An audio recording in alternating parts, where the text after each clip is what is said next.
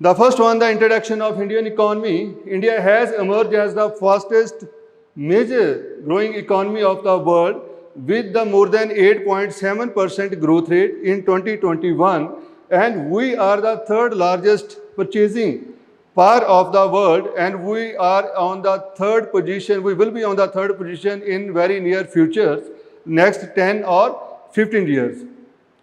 So beta, next one, these are the important points of Indian economy. So first one, we are the second largest population of the world, and in 2012, we are more than 138 crore populations. As far as the GDP is concerned, we have more than 8.7% growth rate, and I also mentioned the data in this lecture that we have already achieved the double-digit growth rate in last decades.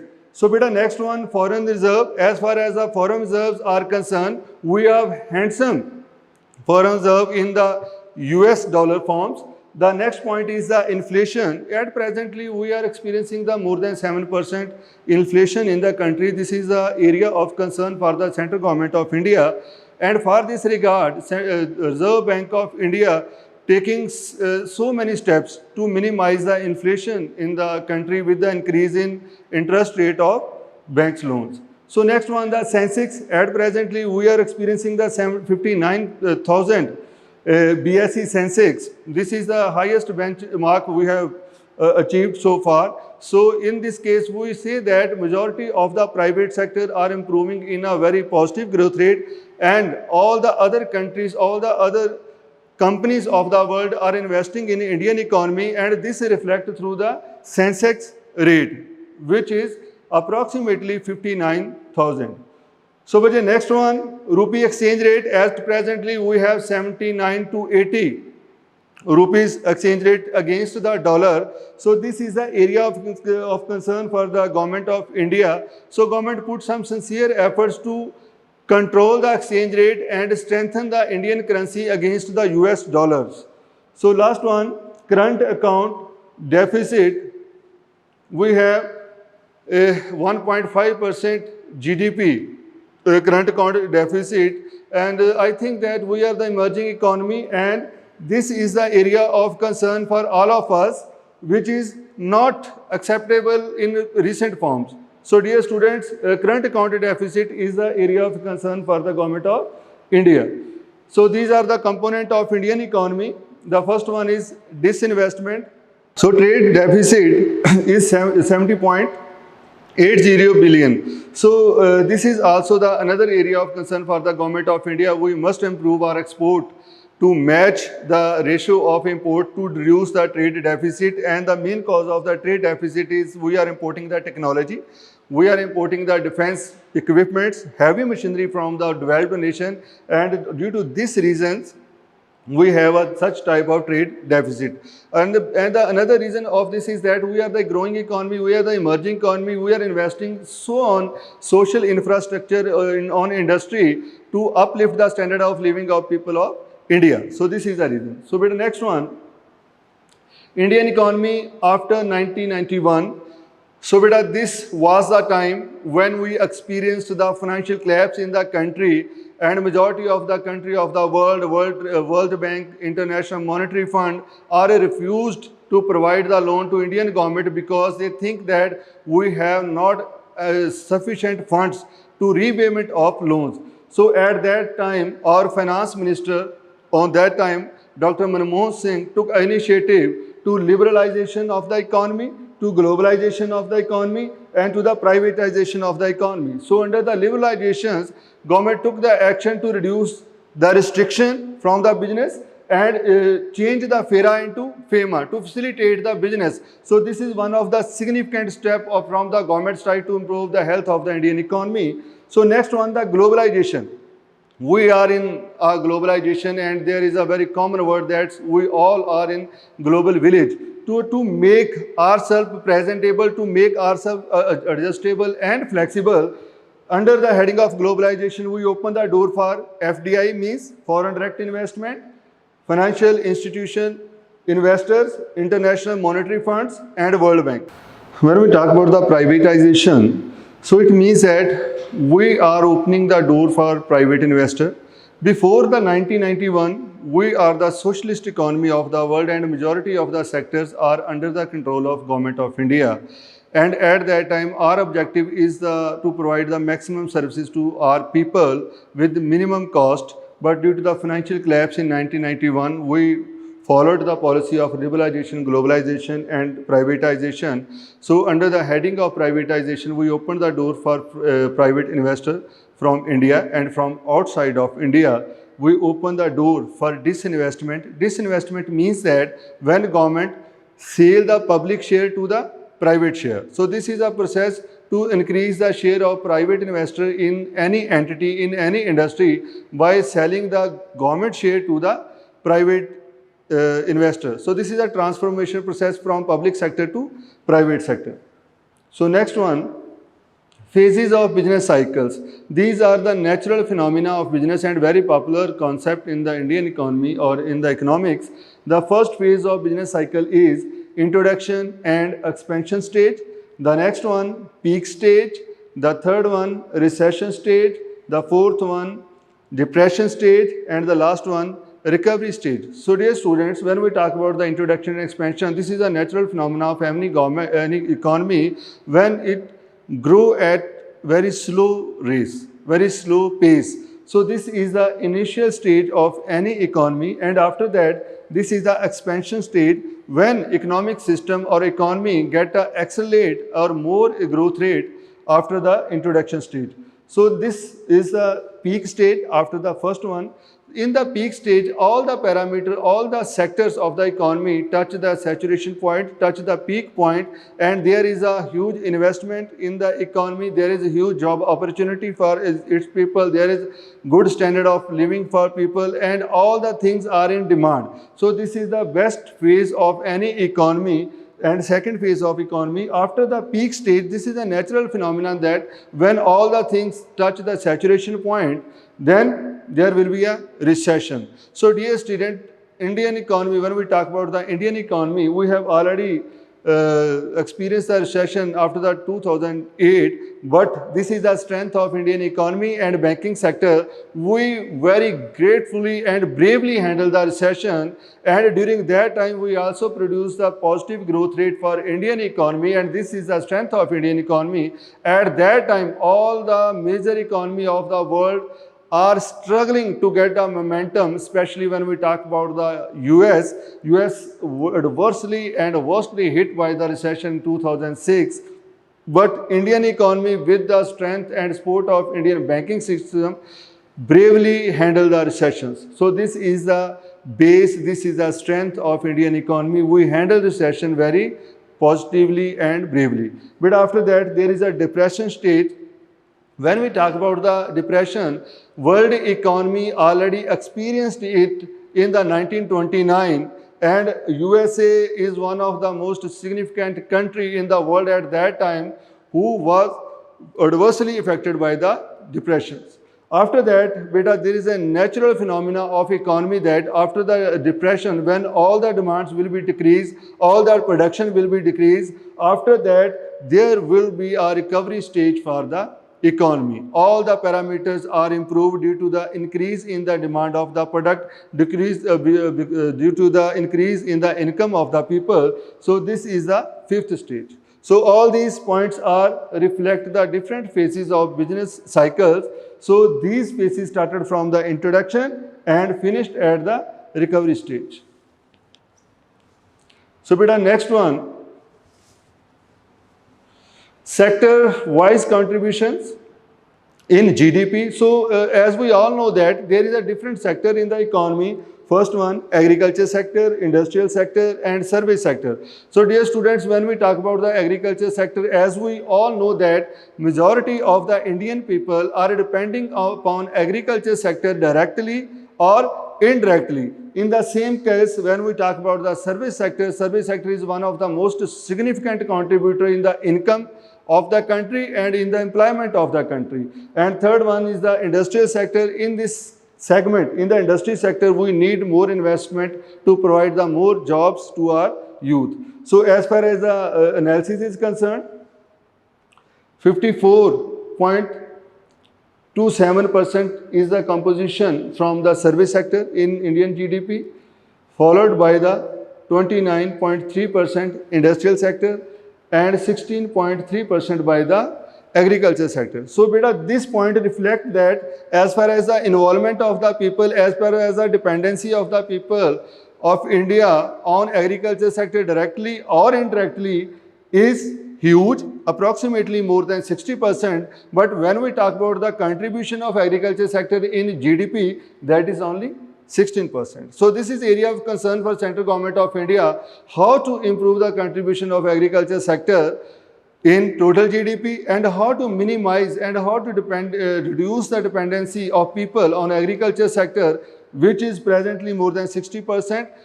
I think that government must take some initiative to reduce the dependency on agriculture sector. We may take the example from developed nation. When we talk about America, approximately less than 5% people of America are depending upon agriculture sector. So this is the area of concern for our economy. So but the next one, we will discuss the sector-wise explanation. First one, agriculture sector. India ranked second worldwide in farm output. This is a huge achievement of India because we have a large population of the world. We are second largest country of the world. So due to this reason, we need food. The second one, agriculture and allied sectors accounted for 16.3% GDP. We have already discussed. Economic contribution of agriculture to India GDP is steadily declining with the country broad-based economic growth. This is the area of concern for the government of India. We must focus on that. And if we are reducing the contribution of agriculture sector in GDP, at the same time we must decrease the dependency of people on agriculture sector. The last one, agriculture sector is having significant contribution in country's economy, and contribution can be increased by solving problems like condition of roads and proper storage facilities. So we need investment in agriculture sector to provide a good infrastructure to our farmer to make a sustainable growth rate in near decades. The next one, industrial sector, as we have already discussed, 29%, 3/4 is the contribution of industrial sector in GDP.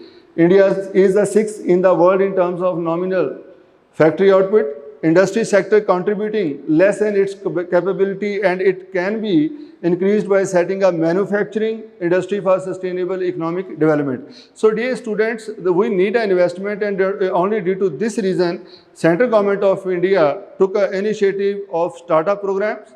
The next one is the service sector. India is the 8th in service output.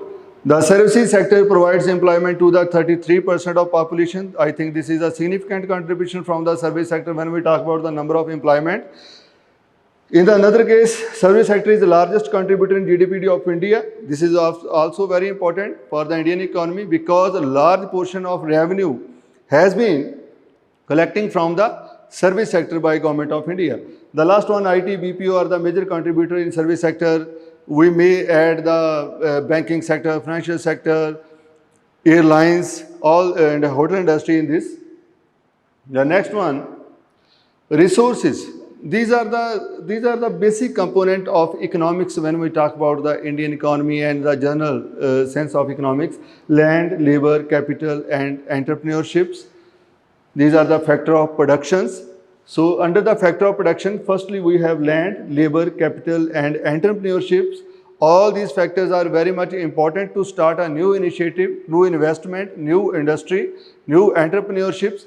So land is the important one which provides the base. Labor is semi-skilled, skilled or unskilled are the backbone of the industry. Especially in case of India, we have the largest population within us, and majority of the population belong to the young strata. So in this case, labor is an important part for all of us. The next one, capital. Capital means investment, capital means technology, capital means machinery.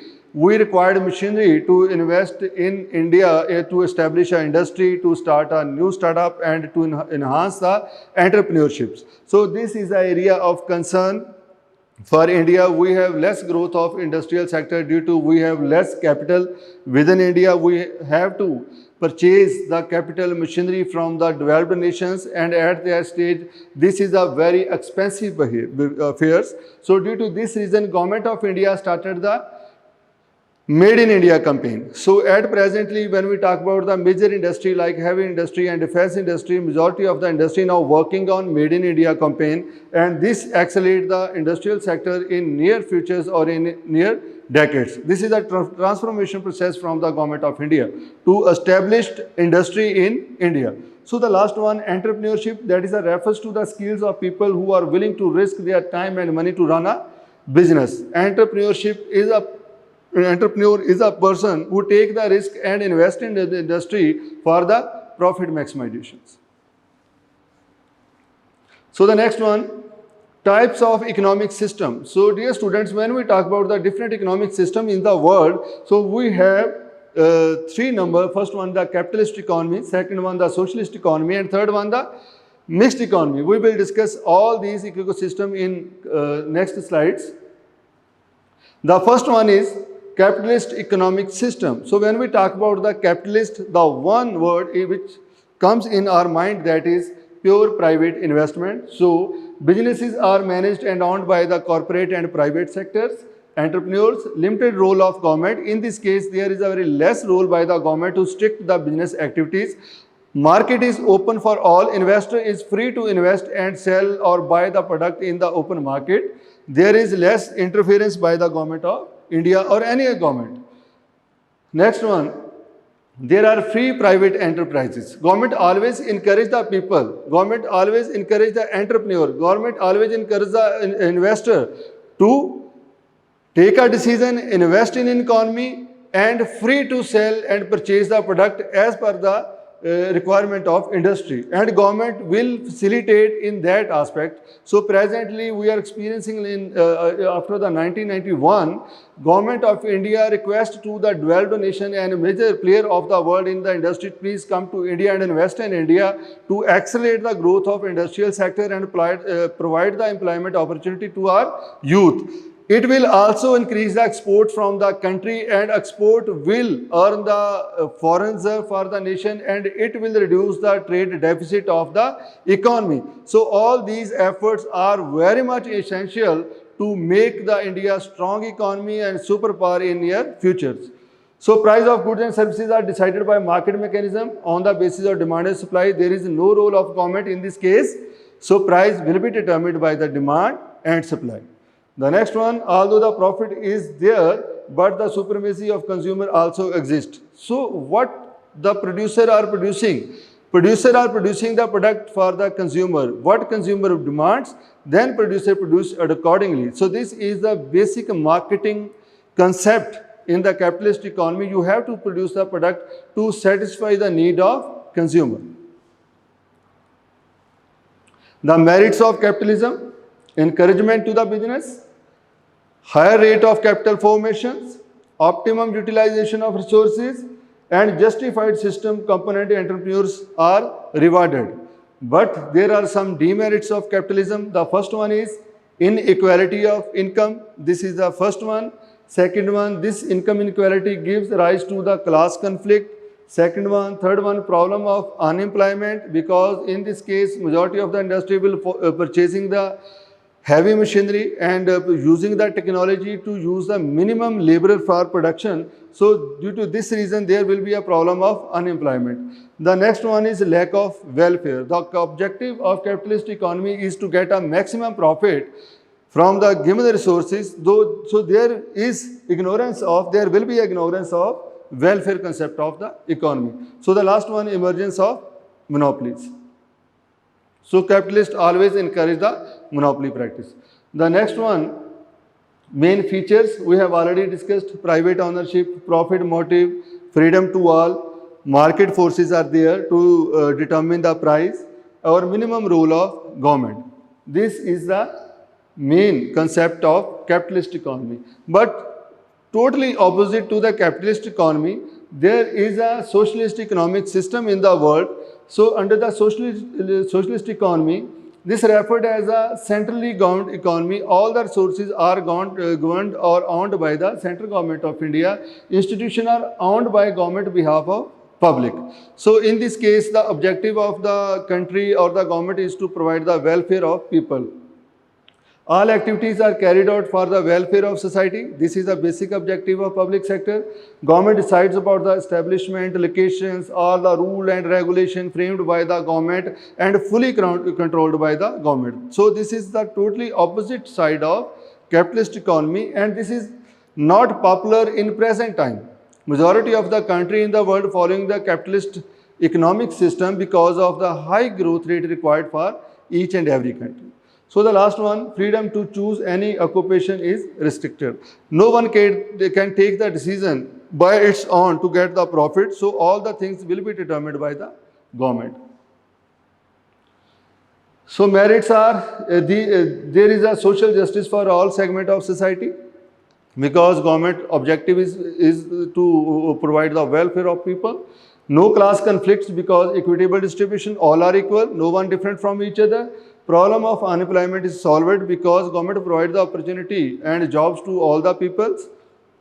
Better utilization of resources. So on the same time, when we discuss the merits of socialization, there are some demerits of social system. So in this case, the first one is biggest problem of corruptions. Very true. No encouragement to private owners in this system. Third one, concentration of economic power means in hands of politician and government. Social welfare is the only myth, as deserving candidates are not benefited. So in the practical time, in the present time, in the real world, these principles are not applicable as such. Majority of the economies of the world following the capitalist practices. So beta, these are the features: social welfare, limited right to the private ownership, and central planning. So next one, mixed economy. So this is very interesting for all the students because Indian economy is a mixed economic system. So we have the both the features from the socialist economy and from the capitalist economy. On the one side, our objective is to provide the best facility to private investor to invest in India and get a profit from this, and on the same time the government responsibility to provide the best welfare facility to people of India. So under this compromise between capitalist and socialist economic system, both are clubbed. Coexistence of public and private enterprises, both are moving in same direction for establishing a private enterprises. Entrepreneurs required to obtain a clearance from the government side. When anyone want to invest in India, they must get a clearance from the central government of India. So this is feature of the mixed economy. The last one, both the private motive and social welfare motive are fulfilled. So as far as the mixed economy features are concerned, majority of the thinker feel that this is the best combination for the developing economies, because on the one hand government provide the facilities to its people, and on the same time government free to the private investor invest in the country for the job employments and more growth rate for the economy. So the next one, features of mixed economy. First one, resources are owned by both government and private. There is a clear distinction between the resources areas and industry. Some sectors are controlled by government and others are controlled by private investors. So after the 1991, we are opening the door for private investor in each and everywhere, not in a single. So our process is to follow the complete capitalist and complete privatization in India. So government taking the steps in this direction, and disinvestment is one of the significant tool to make the process of transformation from public to private sectors. Private and public sector exist side by side, both are available in India. All the basics and heavy industry and other strategic sectors are controlled by the government, but in the recent time government taking the decision in the favor of private sector to encourage the FDI or Make in India plan or campaign popular. So beta, these are the list of major exported goods from India. It means that what we are exporting to the other world to getting the dollars and revenues or income from our exports. This is software and engineering goods. In this case, we have a good strength. Agriculture products, textiles and chemicals, leather manufacturers, gems and jewelries. So these are exported. Next one, major imported goods from the world. So under this, first one is a crude oil. Second one, electronics and electrical goods, several commodities, machineries, medicine, medical equipment, airfare, and all these things reflect that our industry is depending upon the other part of the world, means developed nation, for purchasing the or importing the machineries, technology from that nation. So this reflects the trade deficit, that is the 26.18 billion. So there is a gap between import and export. So this area is the concern for government, how to reduce, how to obsolete the gap between export and import. Beta, next one, major export partner of India, China, US and UAE, or in addition to that, European Unions are the major export partner to whom or to which country we are exporting our product. The major import partners are China, Saudi Arabia, US, UAE, Iraq, Singapore and Germany. Beta, this slide reflects the foreign direct investment and FII, foreign institutional investor, the type of investment, first one FDI and FII, the wholly owned by subsidiaries, joint venture or acquisition. These are the types of FDI which are using by the sectors or the entrepreneurs. And the last one is the foreign institutional investment in Indian market. So all these things provide the boost to Indian economy, to accelerate the growth rate of economic system, to provide the more jobs or people for employment. So next one is the rural economy. So when we talk about the rural economy, we have already discussed that majority of the people are depending upon agriculture sector, and majority of the people, those who are depending upon agriculture sectors, are living in rural area. So in the recent times or in the last decade, we experienced that majority of the demand for FMCG or come from rural side. So rural economy is the engine of Indian economy in recent time with a huge demand, because people have the income, people have the resources, their standard of living are increasing, so they demanding the product. When they demand the product, they accelerate the economic growth of the country, accelerate the production factors, accelerate the wholesale retailer network within the nation. So in this case, we can discuss the example, growth rate of agriculture sector during the COVID-19 is 3.5%. So when we talk about the Indian economy contraction during the COVID-19, that was the 23.4%. We experienced a minus growth rate of Indian economy during the COVID-19 time, that is 23.4%, but at the same time there was only one sector in the Indian economy, that was the agriculture sector, which produced more than 3.5% growth rate. So this is a hugely significant and contribution of rural economy to Indian economy. So these are the list of financially regulatory bodies in India.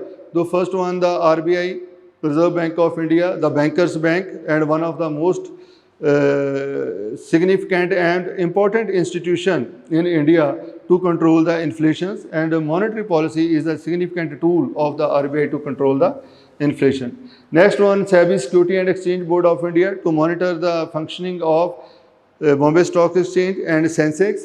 The next one, the IRDA, the Insurance Regulatory and Development Authority, to provide the facility to protect the interest of the policy holder, to regulate, promote and ensure the orderly growth of insurance industry, and for matters connected therewith each and every aspect of banking and financial sector, specifically with the insurance sectors. So beta, next one, Niti Aayog. After the abolition or after the removing of the Planning Commission of India, we have the Niti Aayog within the country with a very effective think tank to frame the policy, to review the result of the policy and amended the laws in the interest of economy and frame the policy to achieve the desired goal and objective of the Indian economy. So next one is the strength of Indian economy. The point is that India is a well-placed to benefit from globalization and outstanding. We may say that at presently we are on the driving seat. We are the emerging economy of the world, and we are going to change ourselves as per the requirement of the globalization. Second one, demographics of India are favorable. We have the largest population of youth. So this is a significant strength of Indian economy. There is a much scope for increase in efficiency due to the skilled labor, due to the experts and professionals are popular and available in India. Large segment of the people are interested into getting a technical education and professional education to contribute to the corporate sector. Digital India and Startup campaign of the Central Government of India are a very effective campaign to accelerate the growth of economy and involve the youth to contribute positively. So challenges of Indian economy. Yes, we have the strength, but at the same time, we have some challenges of Indian economy. The first one, inflation, we have already discussed. Trade deficit, we have already discussed. These are the area of concern for government. High level of debt, this is true. When we talk about the current account deficit, this is also an area of concern. Large budget deficit, this is an area of concern. Large size of population, we are the second largest population of the world. And at presently, there is very less measurable control on the population by the government of India, and it will be a very dangerous for Indian economy when we cross the another benchmark to become a first nation in the world with the largest population. So next one, unemployment, very serious issue for the government. And the last one, unskilled labor. So beta problems are there, but at the same time, economic system or Indian economy in the right direction to get a momentum to achieve a double-digit growth rate. We have the largest population with the youth, we have the largest population with the middle class, we have a good education system in the country, we have good banking system in the country, and we are totally connected with the whole world. And in another point, to all these points, we may add that we are the best democracy and largest democracy of the world. So I think that we may overcome all the challenges for coming years. So these are the impact factors of impact of COVID-19 on Indian economy. So we have already discussed, we experienced the negative growth rate during the COVID-19. That was at 23.4%. So we may also add in this that we experienced a negative growth rate, but after the COVID-19, Indian economy established itself in a very positive direction. And we generate the positive growth rate, that is 8.7% in 2021. This reflects the good health of economy. The second part of the presentation, that is a factor determining business environment. So dear students, when we talk about business environments, so business environment reflect that when a business entity work in a specific environment, there are various factors that influence the business in positive and in another way. So mainly we have external and internal factors in that case, and all the factors we will discuss in coming slides. So an organization external environment consists of things outside an organization such as customer, competitor, government unit, supplier, financial firms, and labor pools that are relevant to an organization operation. So all these parameters reflect the external factors. So features of business environment. First one, business environment is sum of total external factors that affect its growth, including the internal factors. Business environment is dynamic. It will be changed with time. This is not a static. Business environment is highly uncertain. No one can judge what will be happen in after 1 minute, after 10 minutes, and after a day or month. The business environment is a relative concept. It is different from country to country and even region to region. When we talk about business environment, this is not a universal principle which may be applicable to the whole world in the same time. So it is different from country to country, region to region. Large scale of activities are there. And globalization is a new feature and a new point which reflect the different dimensions of the business environments and different factors of the business environment. So beta, when we talk about business environment, there are two factors. First one internal and second one external. Internal environment is a component of the business environment which composed of various elements present inside the organization. We are talking about all the factors which are within the organization, but in the same time, when we talk about the external factors, all the external factors are from the outside of the world. So the next one, the components and points and headings under the internal environment. First one, financial sources, physical and human sources, objective of the business, managerial policies, work environment, and corporate images. After that, there is the external environments. Under the heading of external environments, we have micro environment and macro environment. As we all know that when we talk about the micro, it will be on the unit based, on small base. But when we talk about the macro environment will be relate with the broader environment and external environment. So these are the components of external environment. First one, micro environment factors, supplier, customers, market intermediaries, competitors and regulating agencies. So under the heading of suppliers, we have we may announce that every business needs suppliers. So it may be reflect the single supplier or multiple supplier using by the company, and the main component or the important part of this system is that the reliability of supplier. So for the industry, the major concern is the reliability of the supplier. So the next one, customer. Customer is the king of the market and all the things are producing for consumer. So in this case, customer may be divided into the following categories: wholesale customer, retail customer, industrial customer, government and foreign customers. So after that, we have the market middleman. In this case, wholesaler and retailer are under the heading of middleman. Advertising agency and market research firms are under the heading of marketing agencies. Banks and insurance under the heading of financial intermediary. And the last one, transport and warehouse under the heading of physical intermediaries. So under the heading of micro environment, another one is competitors or competition. So in this case, we may announce that there is a cutthroat competition in the market when we talk about the present scenario. So environment is uncertain, dynamic is the market, economies of scales are there, and product differentiation is very popular. So if any business want to survive in the market, so all these points are very much important. When we following the product differentiation, it means that we will get our target in a very short span of time with produce our product more comfortable and competitive with the rival. Economies of scale means when we achieve the minimum cost level for the producing of products. So last one is the regulating agencies, income tax, FEMA, IRDA and SEBI, we have already discussed, are the important one in this scenario. The next one is the macro environment. So when we talk about the macro environment, we are talking about the external environment, which all the factors which are not controllable by the business.